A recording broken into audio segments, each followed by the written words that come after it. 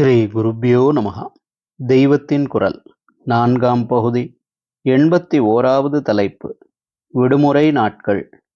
இப்படி வைதிக வித்தையின் அகாடமிக் இயரில் 2 டேர்ம்கள். லீவு நாளே கிடையாதா என்றால் உண்டு.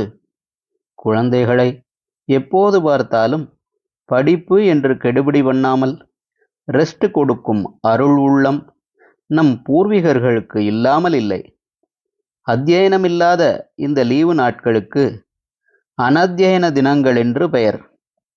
ஒவ்வொரு மாசமும் அமாவாசையை, பௌர்ணமி, 2 பக்ஷ அஷ்டமி, சதுர்தசிகள் என்று 6 நாள் அனத்தியனம்.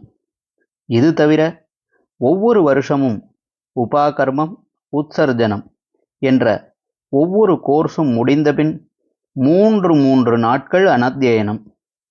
இதோடு சாதுர்மாசி என்றும் வருஷத்தில் 4 நாள் லீவ். இதெல்லாம் பஞ்சாங்க கணக்குப்படி வருஷந்தோறும் தவறாமல் வரும் லீவு நாட்கள். அதனால் இவற்றுக்கு நித்திய அனத்தியனம் என்று பெயர். இது தவிர நாள் கணிக்க முடியாமல் எப்போது வேண்டுமானாலும் ஒரு நிமித்தமாக லீவ் விட வேண்டிய நைமித்திக அனத்தியனங்களும் உண்டு.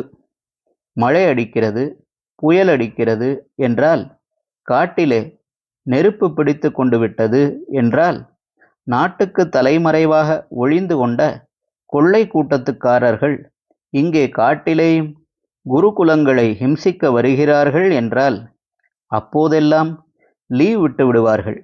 இச்சமயங்களில் பாடத்தை நிறுத்திவிட வேண்டுமென்று மனு தர்ம சாஸ்திரத்தில் மனுஷ்ய மனசை அனுதாபத்தோடு அறிந்து கொண்டு சொல்லியிருக்கிறது. கிரகணம் என்பது வருஷத்தில் ஒரு குறிப்பிட்ட நாளில் வருவதில்லை. அதுவும் நைமித்திக லீவ் நாளாக கருதப்பட்டது. கிரகணத்தில் பாடம் சொல்லிக் கொடுக்கப்படாதே தவிர ஏற்கனவே பாடம் பண்ணிய மந்திரங்களை ஜபிக்க வேண்டும். மற்ற காலத்தில் செய்யும் ஜபத்தை விட கிரகண காலத்தில் செய்யும் ஜபத்துக்கு வீரியம் ரொம்பவும் அதிகமாகும். ஹரஹர சங்கர, ஜெய ஜெய சங்கர. தெய்வத்தின் குரல் மேலும் ஒலிக்கும்.